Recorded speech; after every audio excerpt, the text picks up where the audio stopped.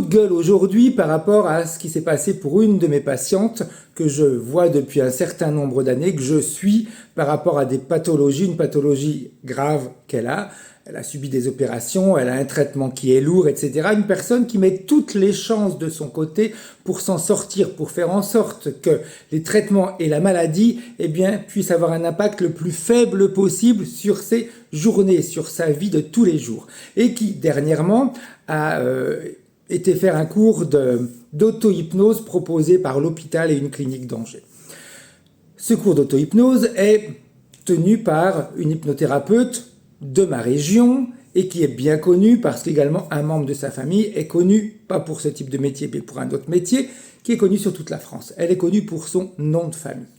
Elle a fait un cours d'auto-hypnose. Quand j'ai vu ou entendu parler de ce qu'elle faisait, c'est pas forcément de l'auto-hypnose, elle met surtout en avant ce qu'elle est capable de faire, c'est-à-dire qu'elle veut se rassurer. Et l'auto-hypnose qu'elle propose, c'est plutôt léger. Et à un moment donné, elle devait travailler sur les émotions, donc en auto-hypnose. Et ma cliente lui dit, moi émotionnellement je suis bien, j'ai travaillé sur moi, pour moi ma maladie elle est terminée, j'ai dépassé tout ça, je suis bien.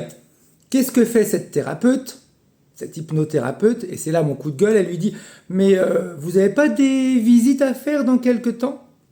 Et là, qu'est-ce qui se passe? Eh bien on a été réveillé tout simplement les peurs de ma patiente, qui automatiquement s'est replongée dans ses angoisses, dans ses peurs, parce qu'en effet, un examen de contrôle, qu'est-ce qui va se passer, qu'est-ce qu'ils vont me dire, etc. Ça, c'est mon coup de gueule. Parce qu'une thérapeute qui se respecte ne ferait jamais, je répète, jamais une réflexion de ce type-là. Si elle avait été simplement légèrement un peu plus intelligente que ce qu'elle n'est, elle aurait pu se dire, parfait, cette personne n'a pas de peur par rapport à sa maladie, elle est convaincue à l'intérieur d'elle qu'elle a dépassé tout ça, on va aller renforcer justement ce sentiment de sérénité, ce sentiment de paix, ce sentiment de joie. Bien non, qu'est-ce qu'elle a fait, elle ?